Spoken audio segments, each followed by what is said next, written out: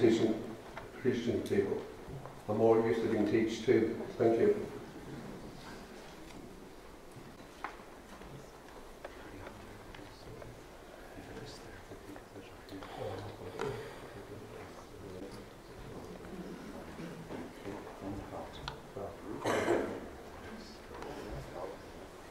Very special day, and it's taken 16 years to get here. I've had some help, a lot of help, a lot of people, but in honest, to get here is like the sand in the ocean to what had to be done. I would like to thank all survivors, wherever they come from. I would like to welcome all survivors groups that has blessed us today with their attendance. Thank you so much. And I would like to thank the audience and friends of the Bethany Home campaign that ran when we had a plain sheet of paper with one person. So now we're starting to lose count with the amount of people that we've got. I would like to thank George Graham's daughter-in-law and granddaughter, all the way from Australia. I would like to thank, and forgive me at the moment, I haven't brought my glasses and I have missed your name, but it's the lady and daughter from Portugal. We welcome you with open arms, and we're very honoured that you are here. I would like to thank Niall Meehan, who, after being introduced to me, but he wished I never did bring him back. He's had a tough time ever since. And there's another guy from Northern Ireland we mentioned, and that's Victor Stevenson from Northern Ireland. I thank you all so much for your help. You're never going to have somebody that's a nicey person, a pleasy person. There's always going to be a very awkward person. You have to get it done, and that's where I'm coming from. Thank you all so much for helping me get it done, and let's make this day their day, the day that they never had, and let us all be very proud. I hope the stone that has taken blood and sweat for the last 16 years will make Dublin proud, make Ireland proud, and make us proud. Thank you.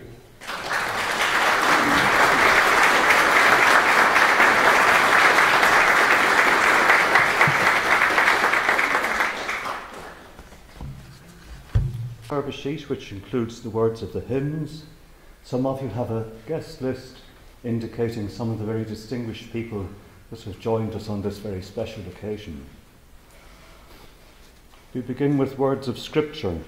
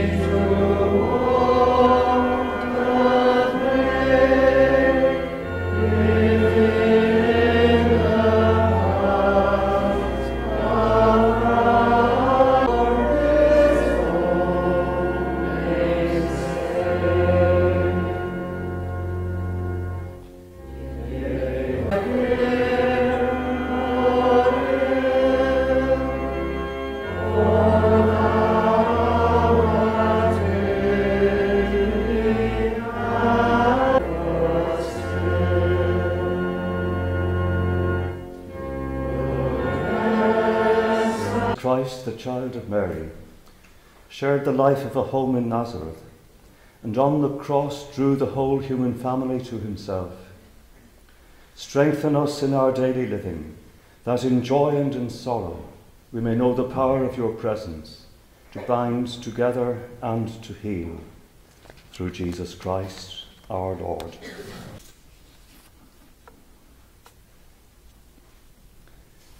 There was a man called Kevin Dalton who was a little child. That can never be, because Kevin Dalton's mother wasn't married. But many years later, and after many, many years of service in the ministry, Kevin Dalton was able to write his biography, marking the way in which children like that no longer bear a stigma, and mothers like that are no longer incarcerated. Children are no longer divided from parents and siblings from one another. Last Sunday was Mothering Sunday, and I told this story in St. Patrick's Cathedral. And I said how glad I was that mothers no longer face this hostility, and little children no longer bear that burden. And I went on to say that we believe in freedom and equality, and will continue to strive for them both. And I'm all the more glad that Kevin Dalton, after all his years of service as one of the clergy, could publish his autobiography under the title, That Could Never Be. Long ago, the Bishop of Derry was a man called Alexander, and his wife, known as Fanny, wrote a hymn for the children of her Sunday school. That hymn, an Irish hymn, we sing now, all things bright and beautiful. All things wise and wonderful, O Lord, have made them all. Old pleasant songs in the garden, He made them every one. All things bright.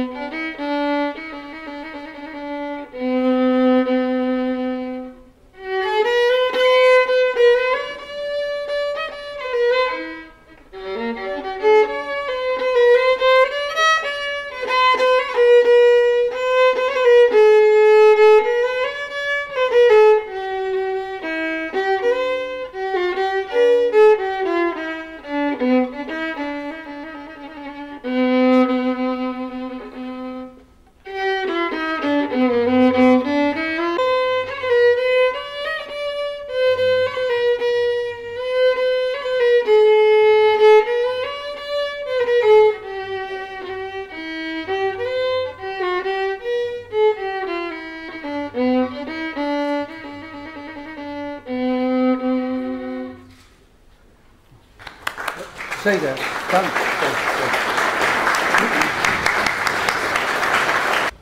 Through a chance meeting on an aircraft in the middle of the air, I had the great fortune of meeting this man. And it's like God blessed us.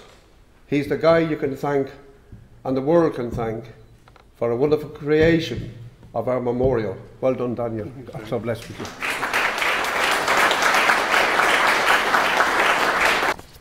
Thank you, Niall. Good afternoon, everyone.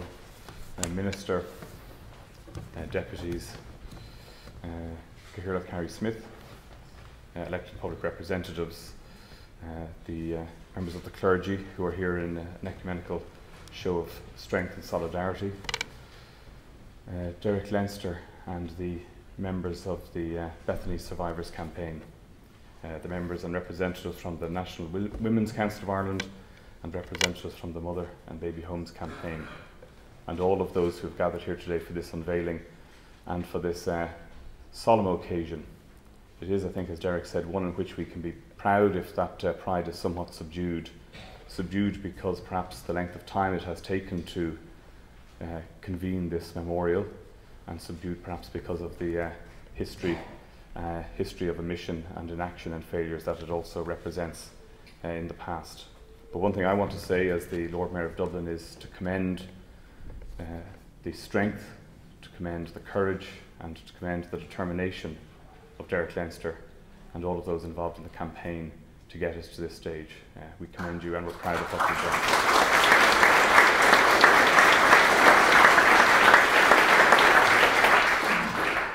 As the first citizen of Dublin, it is an honour for me to be present to mark the unveiling of this fitting memorial to these Irish citizens from the Bethany Home. We are here to remember them first and foremost because they were destined to be forgotten, consigned to unmarked ground, with no headstone to mark the fact that these 222 names represent once living, breathing human beings. If for no other reason, we are here to right that particular wrong. Justice is something we all strive for, but before justice comes recognition. Irish society today recognises what Irish society in past decades wished to hide, behind closed doors where young women were banished and punished for breaking the rules. They were destined to go to a place that also catered for prisoners, for they were prisoners too of prejudice and of fear. These young women were punished for a time, and their children in many cases for all of their lives, however long in the case of Derek and other Bethany Home survivors, or short in the case of the children buried here in the Mount Jerome cemetery. Disturbing evidence suggests that these children did not have to die. A public controversy at the time surrounded the unusual level of illness and mismanagement of that illness in the Bethany Home. The response of our state, I'm sorry to say, was to ignore the illness and death, and instead of adhering to responsibilities, the state re-established instead a sectarian status quo where differing adherents of the same Christianity were instructed to tend only to their own patch. In that way, illness and death were ignored. In addition, Bethany Home was denied funding for over 10 years that would have improved the conditions and saved lives. It's another reason we're here today, to bear witness to the results of the misguided attitudes many years ago. What we see here marks not an end, but a beginning, a reminder in stone that there is work to be done, and that it is not work merely for the survivors of Bethany Home or their relatives and friends. It is work for all of us to see that justice is done, that all are treated equally, whether above or, in this case, tragically, below ground. Thank you.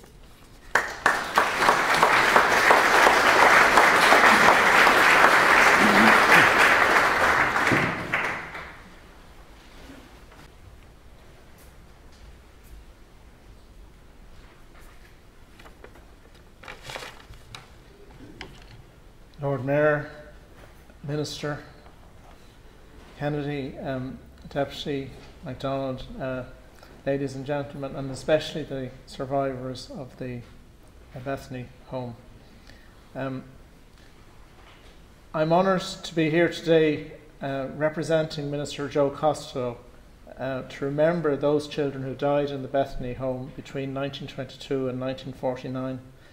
Minister Costello, who did a great deal more work with you than I did, sends his sincere apologies, but unfortunately a late change to his schedule means that he is stuck in Brussels and unable to attend.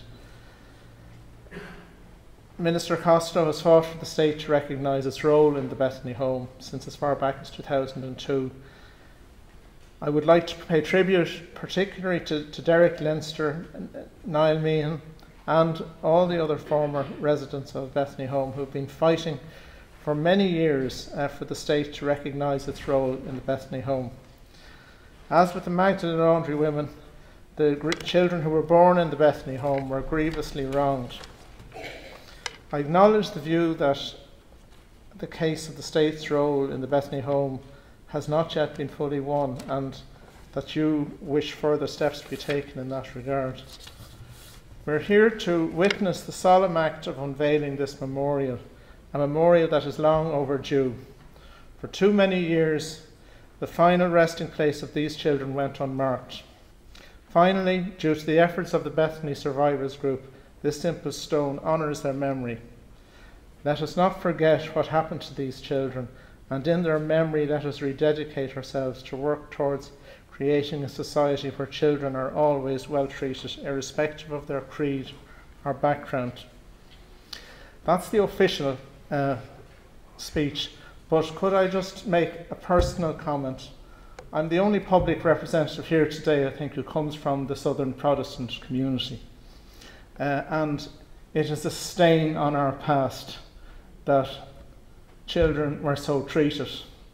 For many years, like most people, I thought that this was something that happened in Catholics' homes, and it was a real shock for me, coming from that community, to see that the same sort of injustice had happened to people in a place like the Bethany Home. And I just want to express my deep sorrow to all those who suffered, and to thank Derek, Niall and all the others associated with the Bethany Home for their work in ensuring that a proper memorial would be created here in Mount Jerome today. Thank you.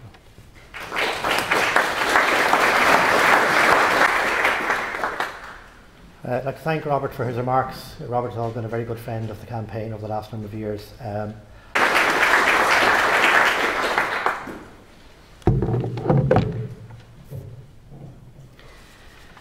Cóirde is a Gwine Ushla, Mayor, elected representatives, Minister Kennedy, members of the clergy, friends, Derek and Carol, and all of the survivors. I feel tremendously moved and tremendously honoured to be here with you today and to be asked to say a few words.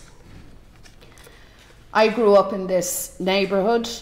I grew up a stone's throw away from what was the old Bethany Home on Orwell Road.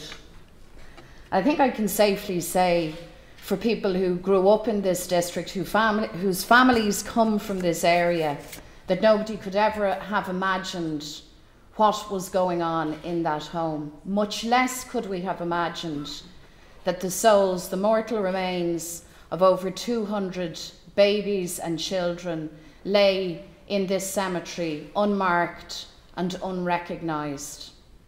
We couldn't have imagined either that the state was complicit in the neglect of those children.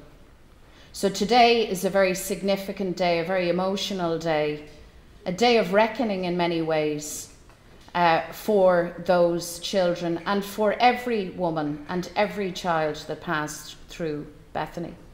Like others, I want to pay tribute, and no words really do justice or can fully capture the sheer heroism and stamina of the survivors of the Bethany Home. And Derek Leinster has become their mascot, their champion, their voice, and he deserves a tremendous tribute here today. We owe you a debt of gratitude, Derek, for your work. Likewise, Neil Meehan.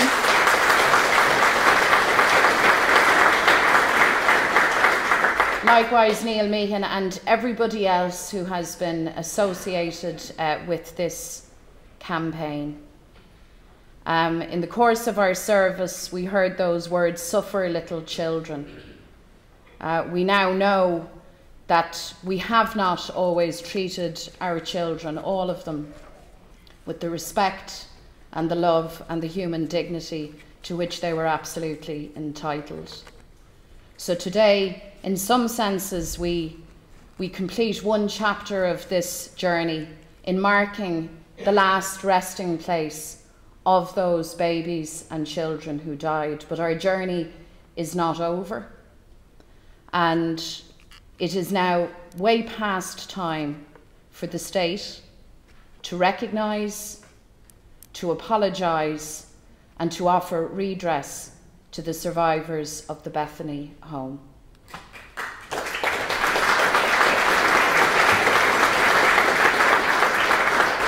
I don't come from the Protestant tradition. I am a Roman Catholic. But more importantly, I am a human being. I'm an Irish citizen, and I believe passionately and absolutely in the equality of all Irish men and women, of all Irish citizens, and the state must now belatedly recognise that and do what is right. I've been asked to invite you up, Derek, if you'd step forward. Daniel Mulvihill, whom you heard playing the fiddle earlier on and who has created the memorial, is not just a tremendously talented man, he's also an incredibly generous person. And he has asked me to present this. I might step out to show it to you, I'm too small. This carving for Derek, and it represents here two small children, such as you will see on the monument. Two small children at play. The very essence of innocence in childhood. And he's carved out the word above it, thank you. And so I present this to you, Derek, from Daniel, but I think from all of us, to you and to all of the survivors, to say thank you for your enlightenment, for your bravery, and long may you continue to be the most difficult of the difficult.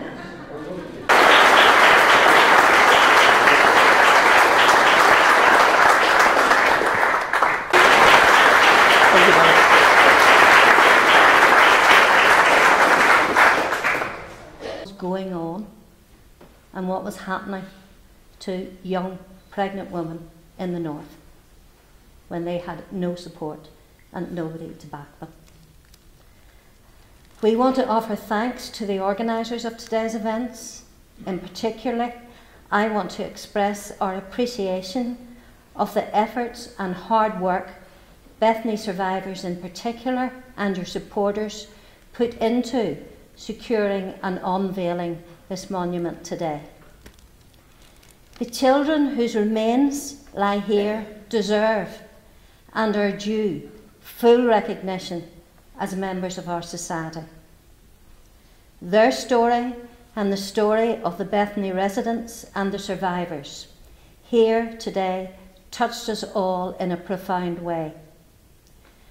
Trade unions drawn from all communities across the island of Ireland are united in our abhorrence of what happened to those children who were vulnerable. We are united in our insistence that what happened was wrong. We are united in our insistence that justice and official recognition be secured for the Bethany survivors. We will continue to press those who have political, religious and institutional influences and power to step up to their responsibilities and ensure the Bethany survivors gain their rightful place in an agreed redress scheme. Survivors of many forms of institutional abuse across the island of Ireland in the two jurisdictions are amongst the bravest and most honourable people, and we are proud to support them. Thank you.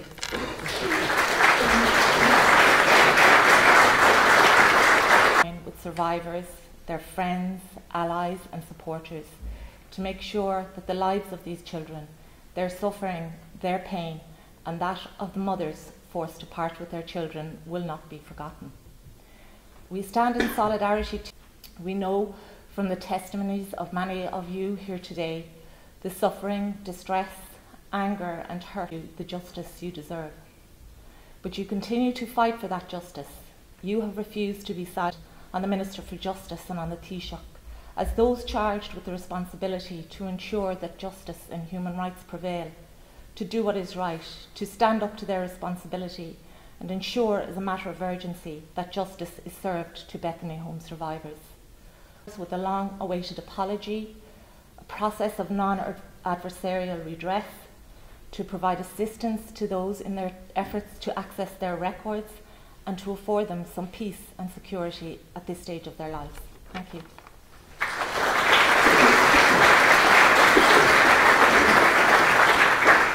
Thank you very much, Rachel, and thank you to the National Women's Council, who again have facilitated the meeting again a family they never had, besides the family that is represented by their friends here today. The names of the children will not only be inscribed on the stone outside, but also will appear publicly on the internet. It may be that there are people out there who are not aware that a relative of theirs, was born in and died in the Bethany home. They may not even be aware of the fact that a relative was forced to give birth in secret and to hide away while they were giving birth, and their child destined to be taken away. Some may be comfortable in coming along and grieving at the memorial stone, and that will give the children, even if it isn't death, something that they never had and something that they deserved, because, as the Lord Mayor said, all people deserve at least a name on a headstone after they die. The Bethany Home Survivors, and those of the West Bank orphanage as well, a lot of children born in Bethany went on to West Bank, see this today as a job done for those who did not survive. The next job is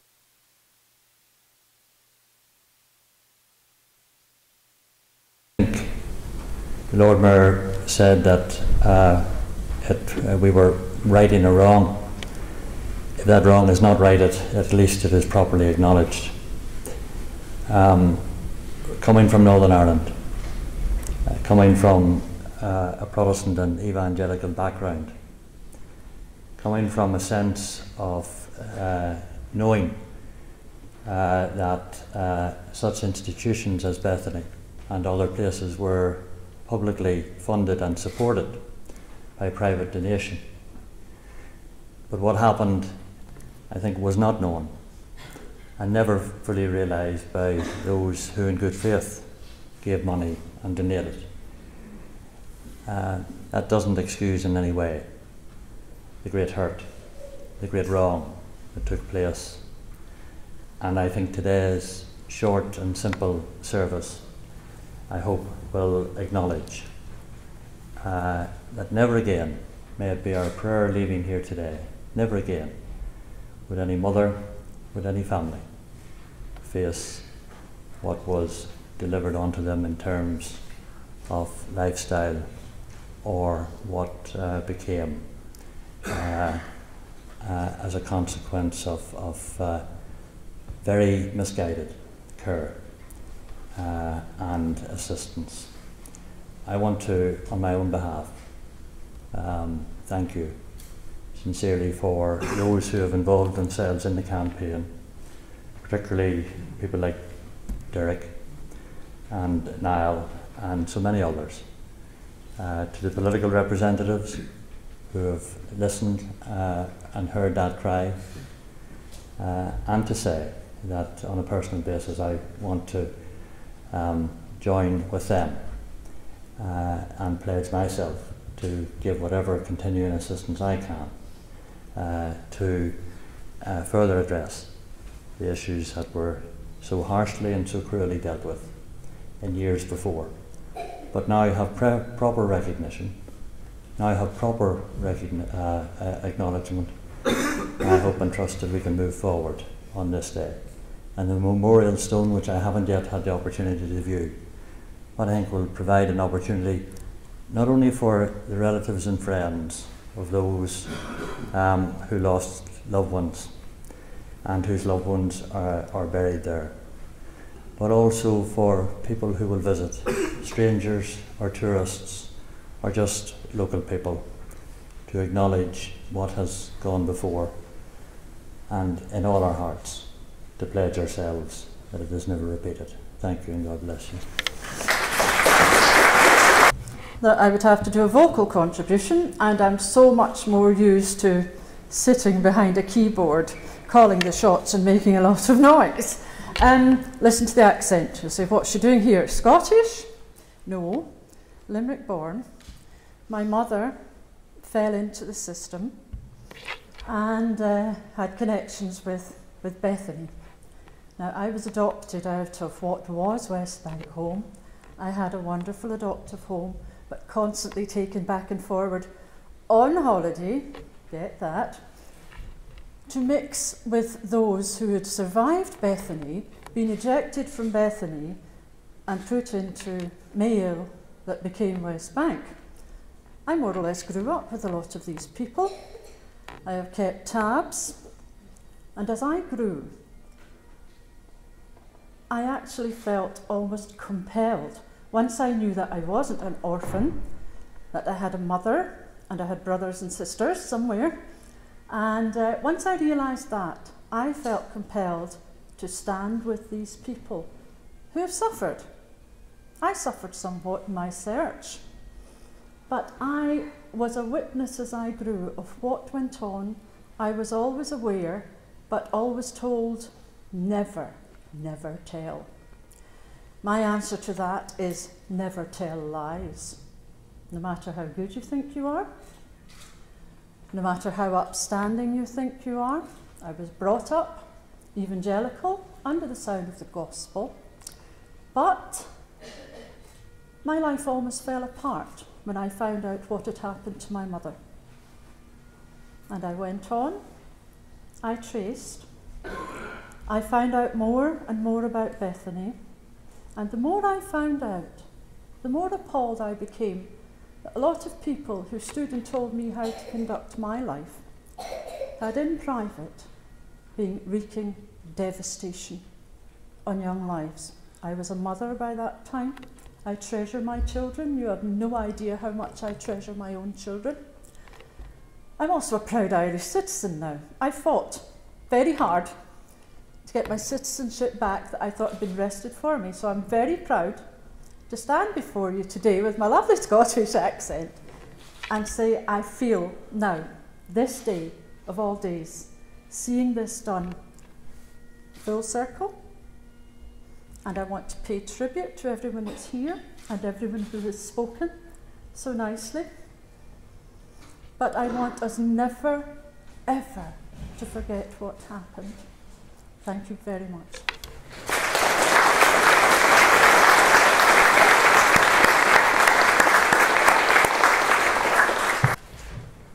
Thank you, Niall. What happened here? Thank you, Niall, for those very kind words and others before. I tell you what a state I'm in. I'm having to resort to the Mrs. Glasses. That's bad. As a father who survived the Bethany Home, but not only did I survive the Bethany Home, I survived a defunct Protestant home in Dunganstown, County Wicklow, where I grew up in rags and in Hungary and left school at the age of 13, unable to read or write, and caught a boat when I was 18 with £10 before I got the boat, before I left Dublin. I had to spend some of that £10 on a boat to get to Holyhead. I was very blessed in later years of taking that plunge on a boat and going somewhere that I had no idea where I was going or what might happen. I had no idea that people wore watches for a purpose other than for ornamental reasons. I didn't realise it was to be here and there at that time stated. That was a big shock to my system. And of course, being a reject and dumped, I was very rebellious. I wouldn't accept Paddy. You can call me Paddy if my name is Christian, if I have that as a Christian name. But if I haven't, you will call me by my name, or you can forget about it. I'm still the same today. But I was blessed by God to have met a woman, Carol Leinster, my wife.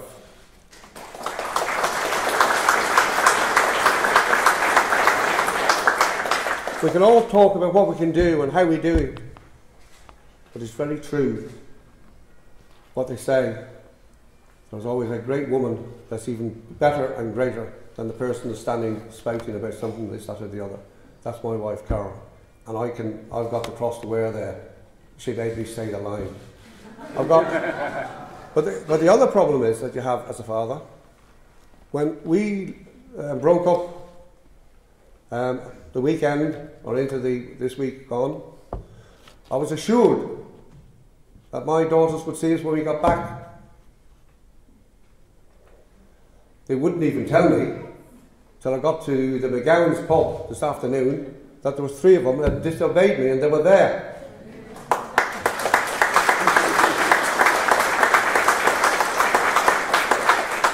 Mandy, Gail and Kerry, and my other daughter, the oldest one, has had an accident and she's been unable to travel because of a injury which she's recovering from. That's that part of it. Thank you very much for listening to me and being bored by me. But I am very blessed, irrespective. Even though I've gone into a field at night and stole spuds and put the stalks back so they looked as if they hadn't been disturbed, because that's how poor I was. Thank you.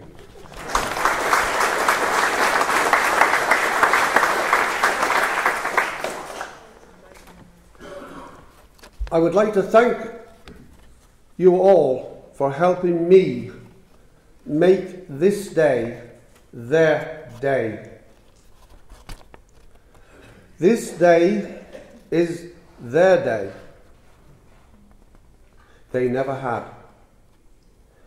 They didn't want much, just to be treated the same as their other little Irish citizens, brothers and sisters, that they was treated so differently from. But they were all taken away. This day is because there was a line drawn which they fell into. They had no decision in that line where it fell. But they did pay a terrible price, as did the survivors, and some more than others. I thank God He invented forgiveness. May God forgive them that was responsible for those children and for other children that we don't even know of, and ourselves that survived from around the world. By my God, we suffered. On this day, we demand the state, on this day, we demand the state, who has now taken the right step in doing the right thing, that they carry on and treat us fully. This is a wonderful day, it's a wonderful start. But you know, they haven't said that they're sorry for us. Mr. Taoiseach, we need you to say that loud and clear, and starting from today.